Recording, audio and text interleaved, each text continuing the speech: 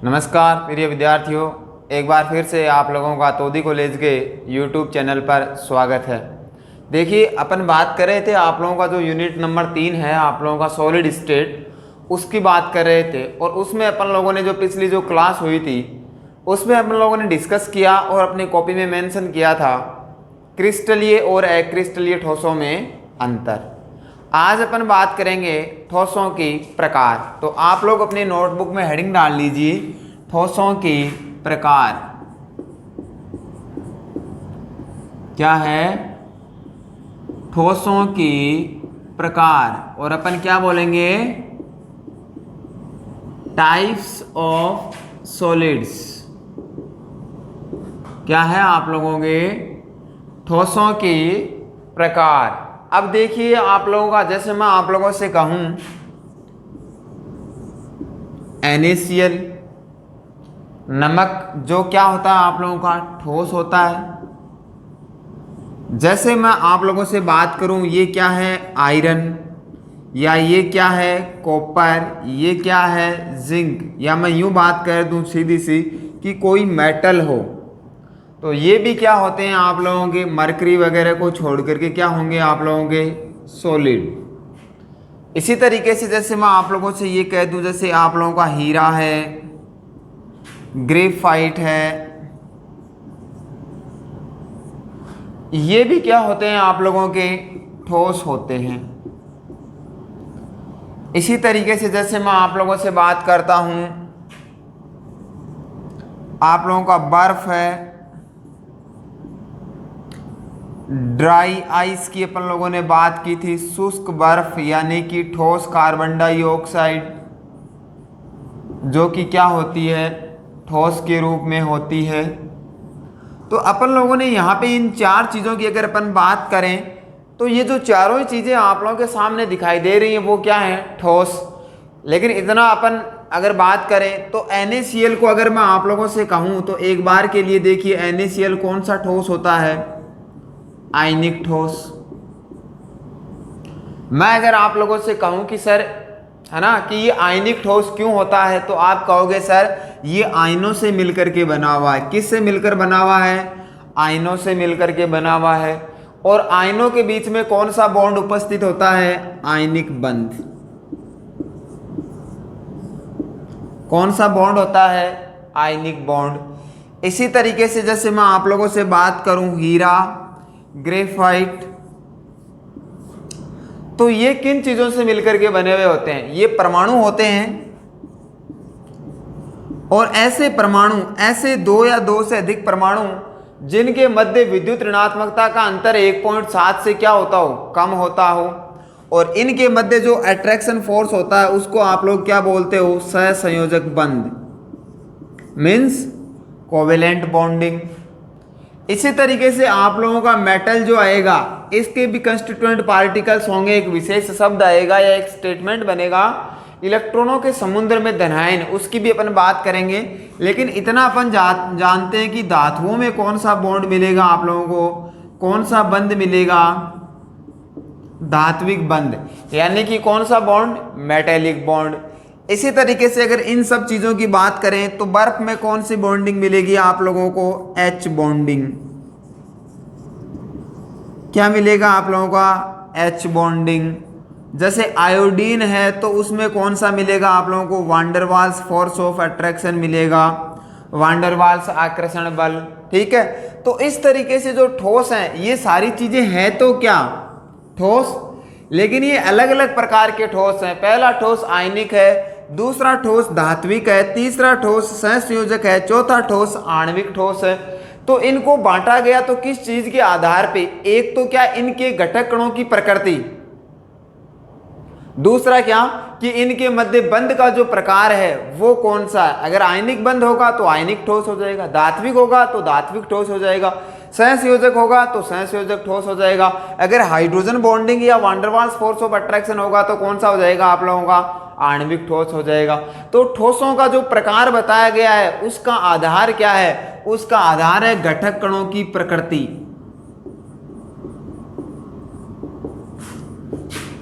घटक कणों की प्रकृति तथा घटक कणों के मध्य उपस्थित एट्रैक्शन फोर्स, आकर्षण बल बिटवीन कंस्टिट्यूएंट्स पार्टिकल्स। इस आधार पे ठोस को कितने भागों में बांटा गया है? 4 भागों में बांटा गया है। लिखिए आप लोग। ठोसों को इनमें पाए जाने वाले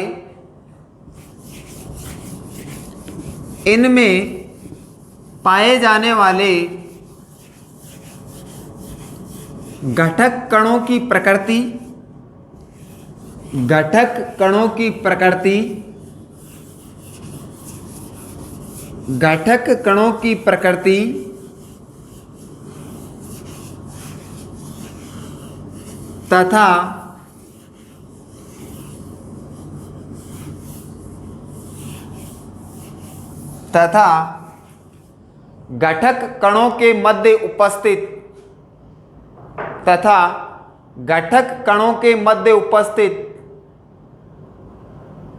तथा घटक कणों के मध्य उपस्थित आकर्षण बल के आधार पर attraction force, on the basis of attraction force and the nature of constituents particles, आकर्षण बल के आधार पर निम्नलिखित भागों में बांटा गया है।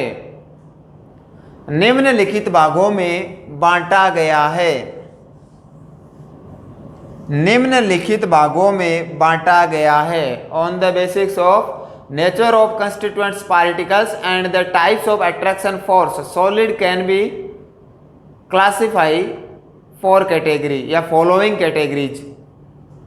पहला आप लोग लिखिए, नंबर 1 आयनिक ठोस। पहला है आप लोगों का आयनिक ठोस, आयनिक सॉलिड। दूसरा आप लोग लिखिए धात्विक ठोस, you can say metallic solid,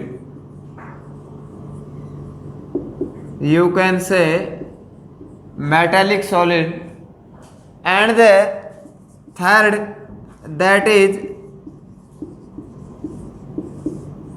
सहसंयोजक ठोस, means covalent solid, and the last 4 that is आणविक ठोस, means molecular solid,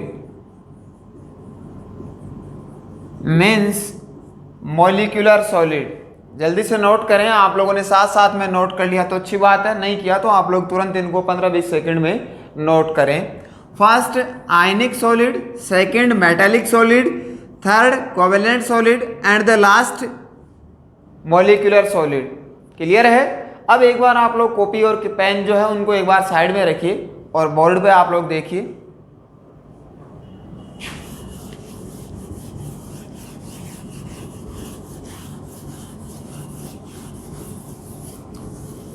सबसे पहले आप लोगों से मैं बात करूंगा यहाँ पे आयनिक ठोस के बारे में। तो ये जो 4 प्रकार के सॉलिड हैं, इनको पढ़ने का जो ट्रेंड रहेगा वो सेम रहेगा। क्या मतलब है? ये कह रहा हूं कि सबसे पहले जैसे अपन आयनिक ठोस की बात करेंगे तो इसमें अपन जो बात करेंगे वो 4 बात करेंगे। और कोई भी सॉलिड पढ़ेंगे, 4 प्रकार के सॉलिड है, एक ठोस में 4 बातें करेंगे तो 16 बातों में अपना सॉलिड का जो टाइप्स है वो क्या हो जाएगा? फिनिश हो जाएगा। सबसे पहले अपन जो बात करेंगे वो क्या आएगा? घटक कण। सबसे पहली चीज कि जो ठोस आप लोग पढ़ रहे हो उसके घटक कण क्या हैं, मतलब किन चीजों से वो मिलकर के बना हुआ है, मीन्स उसके कंस्टिट्यूएंट्स पार्टिकल्स क्या हैं। क्लियर है? देखिए दूसरी चीज अपन बात करेंगे, वो बात करेंगे टाइप्स ऑफ बॉन्डिंग, यानी कि बंध का प्रकार। सेकंड किसकी बात करेंगे अपन लोग? उसके टाइप्स ऑफ बॉन्डिंग, मतलब कौन सा बंध वहां पे उपस्थित होगा। थर्ड जो अपन बात करेंगे वो बात करेंगे उसकी गुणधर्म, यानी कि उस ठोस की क्या क्या प्रॉपर्टीज होंगी। आई बात समझ में?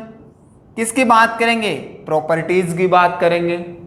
और नंबर 4 जो बात करेंगे वो बात करेंगे उसके कौन कौन से उदाहरण हैं। और अपन उदाहरण की बात करते हैं तो मोस्ट ऑफ केसेस में अपने को 2 ही उदाहरण अपने को एग्जाम में करने होते हैं। क्लियर है? तो ये 4 बातें आप लोगों को देखिएगा समझनी।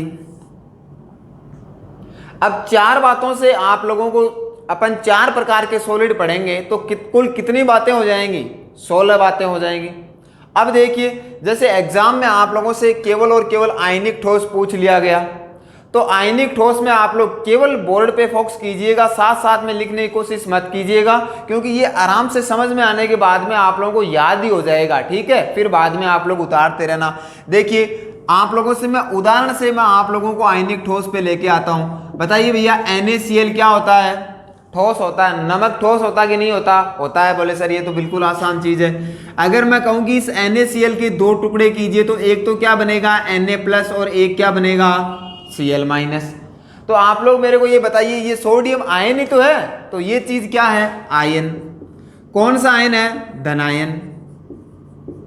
बिल्कुल आसान सी चीजें हैं। और क्लोराइड कौन सा आयन है आप लोगों का? ऋणायन। तो आयनिक ठोस के घटक कण बात करें तो वो क्या होते हैं? आयन होते हैं, धनायन और ऋणायन। कोई भी आयनिक ठोस होगा तो उसके घटक कण हमेशा हमेशा और हमेशा क्या आएंगे? आयन आएंगे। और आयन कितने प्रकार के होते हैं? 2 प्रकार के, या तो धनायन या ऋणायन, और दोनों ही मिलेंगे। बैलेंस तो करना पड़ेगा ना, तो दोनों ही मिलेंगे। तो अगर मैं आप लोगों से आयनिक ठोस के बारे में 4 बातों में से पहली बात अगर मैं आप लोगों से करूं तो इसके घटक कण क्या हो जाएंगे? धनायन और ऋणायन। एक बार आप लोग केवल बोर्ड पे देखें, क्यों कह रहा हूं बार बार, क्योंकि सारगर्भित बातें हैं। एक ही लाइन से फिर आप लोग 3 लाइन कैसे बनाओगे ये आप लोग सीख जाओगे। धनायन और क्या हो गया आप लोगों का? ये ऋणायन। आ गई बात समझ में? और किसी जगह अगर धनायन और ऋणायन है, आयन है, तो आयनों के मध्य हमेशा बॉन्ड जो होता है वो कौन सा होता है? आयनिक बंध। तो सेकंड बात करें अपन टाइप्स ऑफ अट्रैक्शन फोर्स की, तो यहां पे बंध का प्रकार कौन सा हो जाएगा? आयनिक बंध। कौन सा बॉन्ड आ जाएगा? Ionic bond. अब देखिए, अपन बात करते हैं प्रॉपर्टीज की। किसकी बात करते हैं? गुणधर्म की।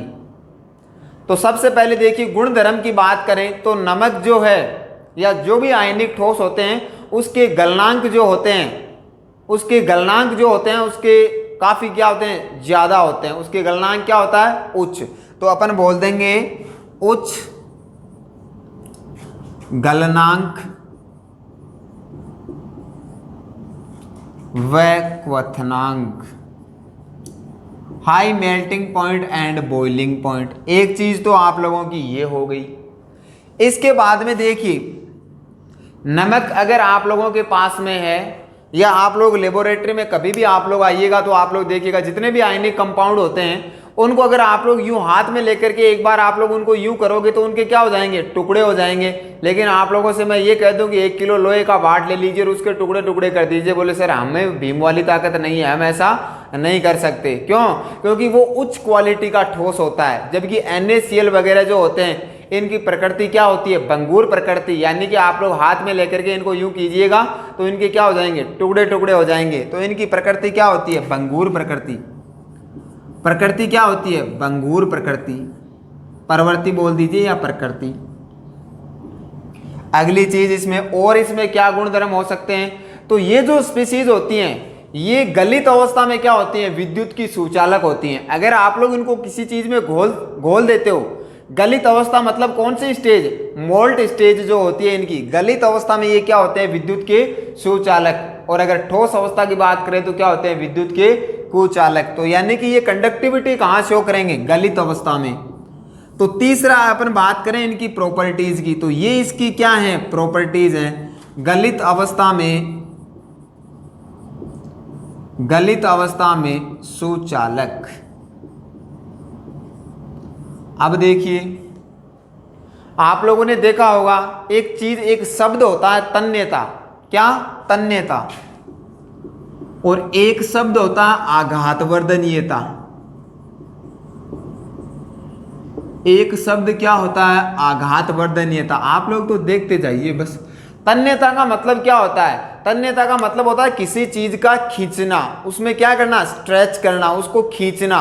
तो जितने भी वायर वगैरह होते हैं, एल्यूमिनियम के वायर हैं, तांबे का वायर है ना, इनको आप लोग एक हद तक आप लोग इनको खींच सकते हो, ठीक है ना भाई। आप लोग लिमिट क्रॉस कर जाओगे तो दो टुकड़े हो जाएंगे, ठीक है। लेकिन एक बार के लिए अपन इसमें क्या कर सकते हैं, उसको स्ट्रेच कर सकते हैं।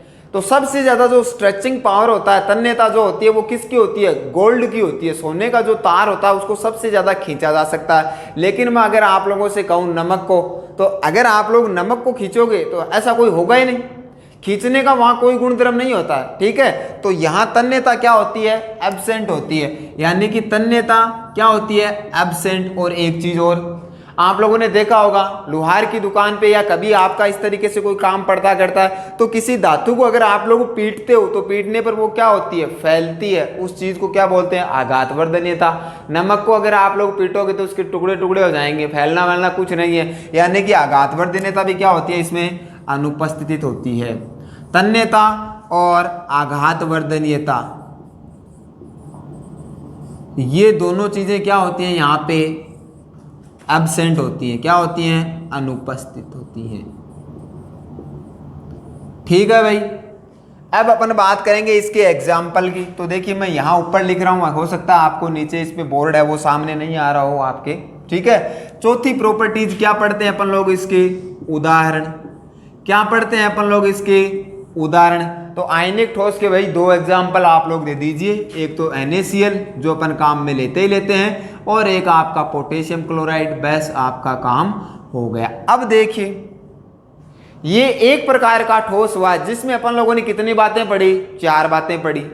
अब अगर एग्जाम में क्वेश्चन ऐसे आ गया कि ठोस के प्रकार को समझाइए और 2 नंबर का क्वेश्चन है, इसका मतलब आपको चारों ठोस भी समझाने हैं और 2 ही नंबर का क्वेश्चन है, यानी कि आपको बहुत सारी बातें कुछ ही शब्दों में क्या करनी है? आपको बयां करनी है। तो कुछ ऐसे शब्दों का इस्तेमाल करें कि एग्जामिनर देखते ही क्या बोले कि सब कुछ इस बच्चे ने लिख दिया है। तो अगर ऐसा होता है कि चारों ही ठोस आप लोगों से पूछे गए हैं और 2 नंबर के पूछे गए, तो आप लोग केवल इस तरीके से, जैसे ये आयनिक पढ़ा, इसी तरीके से मैं आप लोगों का धात्विक का बताऊंगा, कोवेलेंट का बताऊंगा और आणविक का बताऊंगा। आप लोग तो केवल इतना वहां पे छाप देना, फिर आगे कहीं कोई दिक्कत नहीं आएगी। लेकिन अगर एग्जाम में ऐसे पूछ लिया कि आयनिक ठोस को समझाइए और वो आप लोगों से 2 नंबर का पूछ लिया, आपने कहा सर ने तो हमें 4 ही लाइनें बताई थी, 4 हमने लिख दी, एग्जामिनर नंबर देगा 1, बोले सर कसूर तो आपका है। नहीं, देखिए इस चीज को बड़े किस तरीके से करना है। अगर आयनिक ठोस पूछ लिया, कोई सा भी पूछ सकता है, आगे आने वाले 3, इसी क्लास में आपको इतना टाइम लगेगा, बाकी आने वाली क्लास में मैं तीनों को एक साथ ही क्लियर कर दूंगा, ठीक है। इसीलिए मैंने कहा कि आप लोग कॉपी में मेंशन नहीं करें, एक बार चीजों को समझे कि किस तरीके से अपने को एग्जाम में अपना क्वेश्चन क्या करना है? सोल्व करना है। तो देखिए आयनिक ठोस के अगर आप लोगों से पूछ ले जाए, तो सबसे पहले ऐसे ठोस जिनमें घटक कण के रूप में धनायन और ऋणायन पाए जाते हों, आयनिक ठोस होते हैं। बन गई आप लोगों के 2 स्टेटमेंट, 2 लाइनें आ जाएगी। यहाँ क्या है? वही चीज एक ही तो लाइन में है, इसको आप लोगों को 2 लाइन में बनाना होगा। फिर आगे क्या? बंध का प्रकार। तो वहां सीधा नहीं लिखना टाइप्स ऑफ बॉन्डिंग और आयनिक बॉन्ड, वहां आपको लिखना पड़ेगा आयनिक ठोस ऐसे ठोस होते हैं जिनके मध्य पाए जाने वाला बंध आयनिक प्रकृति का होता है। देखिए पूरा स्टेटमेंट बन गया आप लोगों का। अब इंपॉर्टेंट चीजें हैं, ये 2 चीजें तो कोई ज्यादा फर्क वाली बात नहीं है। तीसरे हैं गुणधर्म।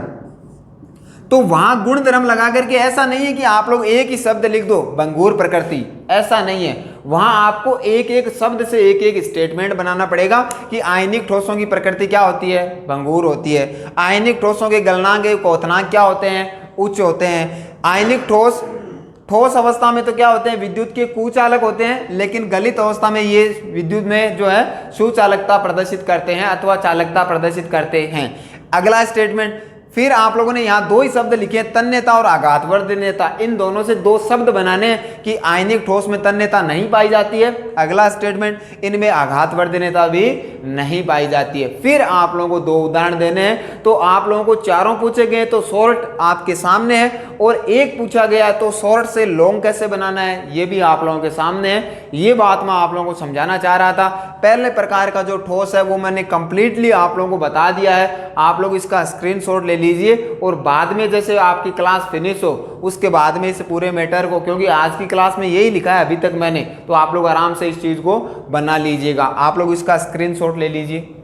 फिर मैं आप लोगों से जो है सेकंड टाइप्स का जो है सॉलिड उसकी मैं आप लोगों से बात डिस्कस करता हूं। क्लियर है? ले लिया होगा आप लोगों ने इसका स्क्रीनशॉट।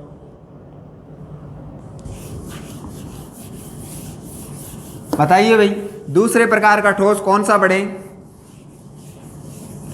पहले की तो आप लोग हेडिंग डाल लेना, अभी तो 4 एक साथ हेडिंग आप लोगों की हैं, उनमें नंबर 1 आप लोगों को मैंने बता दिया है, आप लोग लिखते रहना, टाइम ज़ाया नहीं हो इसलिए मैंने आप लोगों को स्क्रीनशॉट लेने के लिए कहा है। सेकेंड टाइप्स का जो सॉलिड है उसकी मैं आप लोगों से बात करता हूं। देखिए भैया कौन सा है? सेकेंड है आप लोगों का धात्विक ठोस। कौन सा हो जाएगा? Metallic solid. कौन सा सॉलिड हो जाएगा? Metallic solid. ठीक है, यहां देखिए अपन बात करें तो देखिए घटक कण। बताइए कौन कौन सी 4 बातें पढ़ते हैं अपन लोग? सबसे पहले क्या पढ़ते हैं? घटक कण। पढ़ते कि नहीं पढ़ते? पहले वो 4 बातें आप लोग मेरे को बताइए, याद हो जानी चाहिए। चौथा पढ़ते पढ़ते कि आप लोग खुद बोलो मेरे से पहले, ठीक है। दूसरा क्या हो जाएगा? बंध का प्रकार, टाइप्स ऑफ बॉन्डिंग। तीसरा क्या हो जाएगा? गुणधर्म। चौथा क्या हो जाएगा? एग्जाम्पल, उदाहरण। अब देखिए यहाँ पे घटक कण है, उसका एनसीईआरटी में क्या है? एक विशेष नाम दिया गया है। जैसे मैं आप लोगों से बात करता हूं वही आयरन की, आयरन, या कोई भी आप लोग बात करो, कोई भी एटॉमिक स्पीसीज होती है या कोई भी स्पीसीज होती है तो सेंटर में क्या होता है? न्यूक्लियस। और न्यूक्लियस में क्या होते हैं? Proton plus neutron. प्रोटॉन पे कौन सा चार्ज होता है? प्लस, और न्यूट्रॉन पे न्यूट्रल होता है। और इनके बाहर जो क्लासें जो होती हैं, कक्षाएं जो होती हैं, संयोजकता कोश जो होता है, बताइए भाई उनमें क्या रहते हैं? इस तरीके से इलेक्ट्रॉन रहते कि नहीं रहते? रहते हैं। तो एनसीईआरटी में और आप लोगों की जो किताबें हैं उनमें इसके घटक कणों के लिए एक विशेष जो शब्द है उसको काम में लिया गया है, और वो शब्द है इलेक्ट्रॉनों के समुद्र में धनायन। मतलब क्या है? जो भी धातु होते हैं उनकी प्रकृति क्या होती है? इलेक्ट्रॉन को देना, और जो इलेक्ट्रॉन देती है उस पर चार्ज कौन सा आता है? प्लस। तो ये जो आपका धनायन है वो तो कहाँ रहता है? सेंटर में, और चारों तरफ क्या भरे रहते हैं? इसमें इलेक्ट्रॉन। इसलिए इसके घटक कणों को एक नाम दे दिया गया धनायन। इलेक्ट्रॉनों के समुद्र में क्या? धनायन। Positive charge in sea of electron. इलेक्ट्रॉनों के समुद्र में क्या? धनायन। बस एक बात आपको समझाने वाली थी, बाकी सब चीजें आप लोग जानते हो, आप लोगों को मेंशन करनी है। तो अपन अब अपना टाइम जो है उसको ज़ाया नहीं करेंगे। जो चीज़ें मैंने आप लोगों को समझा दी हैं वो केवल समझ में आए, इसलिए मैंने आपको थोड़ा ज़्यादा वक्त दे करके बताया था। घटक कण देखिए, इलेक्ट्रॉनों के समुद्र में धनायन। क्या हो जाएगा? इलेक्ट्रॉनों के समुद्र में धनायन। थोड़ा सा मैं स्पीडली लिख रहा हूँ, जो बोल रहा हूँ उस पर फोकस कीजिए, जो लिख रहा हूँ उस पर नहीं कि सर समुद्र था। ठीक है, समझ रहे हैं आप मेरी बात को। दूसरा कौन सा है? बंध का प्रकार। तो कौन सा हो जाएगा भाई? इसमें जोड़ देने की कोई जरूरत नहीं है। धातु में कौन सा बंध होगा? धात्विक बंध। आगे भी जोड़ देने की जरूरत नहीं है। गुणधर्म देखिए, प्रकृति क्या होती है? लोहे का बाट क्या आप लोग अपने हाथ से उसके टुकड़े टुकड़े कर सकते हो क्या? नहीं कर सकते। तो प्रकृति क्या होती है? कठोर। और इनके गलनांक एवं क्वथनांक, गलनांक एवं क्वथनांक भी क्या होते हैं? काफी उच्च होते हैं, बहुत ही ज्यादा होते हैं, काफी क्या होते हैं? उच्च होते हैं। और बताइए आप लोग इनमें विद्युत धारा प्रवाहित होती है कि नहीं होती है? बिल्कुल होती है। तो ये क्या होते हैं? विद्युत के क्या होते हैं? विद्युत एवं उष्मा। आप लोग अगर चाय बना रहे होते और हत्थे पे कोई लकड़ी या बेकेलाइट वगैरह का कोई प्लास्टिक नहीं लगा हुआ है तो उसको टच कीजिएगा, तुरंत हाथ क्या हो जाएगा? हट जाएगा वहां से। कारण क्या है? विद्युत एवं उष्मा के ये क्या होते हैं? चालक होते हैं। चालक नहीं, बेटर अपन इसको रिप्रेजेंट करें तो क्या होते हैं? ये सुचालक होते हैं। उसके बाद में देखिए, अगर आप लोग इनको पीटोगे तो ये क्या होते हैं? फैलते हैं। और फैलने वाली चीज को देखिए, यहाँ से मिटा रहा हूँ, यहाँ दिख जाए आप लोगों को। फैलने वाली चीज को अपन लोग क्या बोलते हैं? आघात वर्धनीयता। क्या बोलते हैं? आघात वर्धनीयता। तथा भाई इनको खींचने पे खींचते भी तो हैं ये तार, तो ये क्या हो जाएगा आप लोगों का? तन्यता। क्या हो जाएगा आप लोगों का? तन्यता। बोले सर उदाहरण? उदाहरण तो अब आप लोग खुद ही कर लोगे। मेटल है, कोई भी धातु के एग्जाम्पल ले लीजिए, लोहा ले लीजिए, सोना, बस 2 एग्जाम्पल बहुत हैं। ठीक है, बोले सर हमें बहुत ज़्यादा याद है, ज़्यादा मत लिख देना, इन चीज़ों को याद रखना आप लोग तो, ठीक है। एग्जाम्पल से कुछ नहीं होने वाला, ये सब चीज़ें क्या आप लोगों की इंपॉर्टेंट है। इसका भी आप लोग स्क्रीनशॉट ले लीजिए चलते चलते। आगे के जो ठोस आप लोगों के जो रह गए 2 प्रकार के, कोशिश आप लोग ये करें कि उन चीज़ों को अपन लोग क्या करें, एनसीईआरटी से आप लोग पढ़ो या फर्स्ट ईयर की किताब है तो उससे आप लोग पढ़ो। अगली क्लास में ये क्वेश्चन भी आपका फिनिश करवा दिया जाएगा और उसके बाद में बहुत ही इंपॉर्टेंट चीज़ है आप लोगों का यूनिट सेल, वो आप लोगों की क्या हो जाएगी, स्टार्ट हो जाएगी। थैंक यू, मिलते हैं अपन लोग अगली क्लास में।